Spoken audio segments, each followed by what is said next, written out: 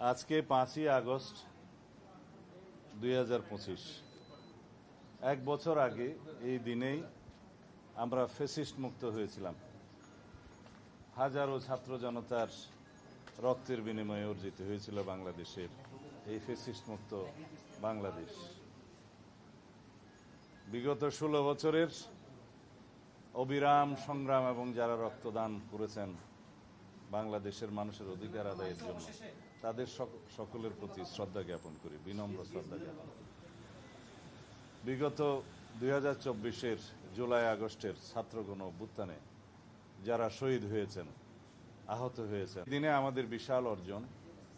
আমরা দীর্ঘ 1 বছর যাবৎ বাংলাদেশের মানুষের কল্যাণে, বাংলাদেশের রাষ্ট্র ব্যবস্থার সংস্কারের জন্য আমরা অনবরত সংস্কার কমিশনগুলোর সাথে আলাপ আলোচনার মধ্য দিয়ে বাংলাদেশের জন্য প্রয়োজনীয় যে সংস্কার, রাষ্ট্র কাঠামোর সংস্কার, গণতান্ত্রিক সংস্কার, সংবিধানের গণতান্ত্রিক সংস্কার, তার একটা পর্যায়ে জাতীয় ঐক্যমতে উপনীত হয়েছি।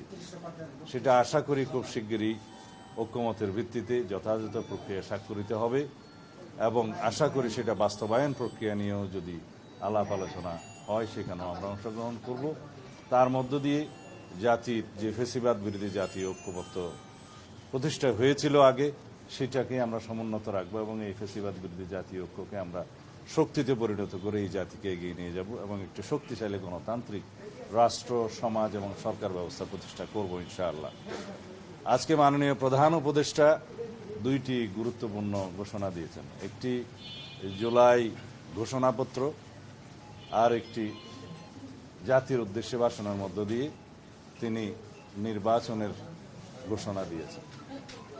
আমরা দুটোকেই স্বাগত জানাই। জুলাই ঘোষণাপত্রের যে সমস্ত ঘোষণা, তাকে রাষ্ট্রীয়ভাবে এবং সাংবিধানিকভাবে স্বীকৃতি দেওয়ার জন্য আমরা প্রতিশ্রুতিবদ্ধ এবং যথাযোগ্য জায়গায় সংবিধানে সেটা স্থাপন করা হবে, সেই প্রতিশ্রুতি আমরা আগেও দিয়েছিলাম। এবং জুলাইয়ের যোদ্ধাদের, জুলাই শহীদদের, ছাত্রগণ অভ্যুত্থানের যারা শহীদ হয়েছেন তাদেরকে জাতীয় বীরের মর্যাদা দেওয়াটা সমুচিত হয়েছে, সেটা আমাদের প্রাণের দাবি এবং রাষ্ট্রীয়ভাবে সহযোগিতার প্রতিশ্রুতি তিনি যেমন দিয়েছেন, সারা জাতি দিয়েছে, আমরাও দিচ্ছি। আগামী দিনে আমাদের নির্বাচনে মানুষের ভোটাধিকার প্রয়োগের জন্য যে পরিবেশ সৃষ্টির জন্য মাননীয় প্রধান উপদেষ্টা যে সমস্ত পরামর্শ দিয়েছেন সেটা অবশ্যই প্রণিধানযোগ্য।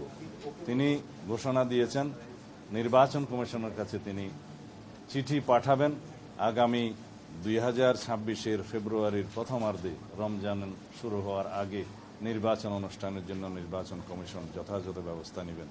অবশ্যই নির্বাচন কমিশন তফসিল ঘোষণা করবেন যথাসময়ে, কিন্তু মাননীয় প্রধান উপদেষ্টা আজকে যে নির্দেশনা দিয়েছেন তার ভাষণের মধ্য দিয়ে এবং চিঠি প্রদান করবেন নির্বাচন কমিশনকে যা বলেছেন, সেই ঘোষণার জন্য আমরা সবাই অপেক্ষা করছিলাম এবং সারা জাতি অপেক্ষা করছিল। এর মধ্য দিয়ে বাংলাদেশে যে নির্বাচন অনুষ্ঠান নিয়ে যে একটি দুদুল্যমানতা ছিল বলে অনেকে মনে করছিলেন, তাদের মধ্যে সেই দুদুল্যমানতাটা রইল না এবং সারা জাতি একটি নির্বাচনমুখী পরিবেশের মধ্য দিয়ে যাবে এবং সেই নির্বাচনের আবহ সৃষ্টি হবে।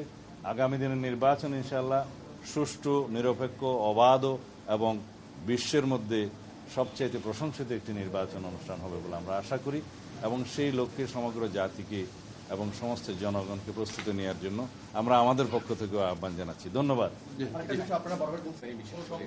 আমরা মনে করি এই ঘোষণার মধ্য দিয়ে রাষ্ট্রে রাজনৈতিক স্থিতিশীলতা আরও বেশি প্রতিষ্ঠিত হবে এবং কোনো রকমের কোনো অনিশ্চিত পরিবেশ বা ব্যবসা বাণিজ্য বিনিয়োগে আর থাকবে না, সবকিছুই সচল হবে এবং গতিশীলতা পাবে। আমরা এটাই আশা করি। ধন্যবাদ।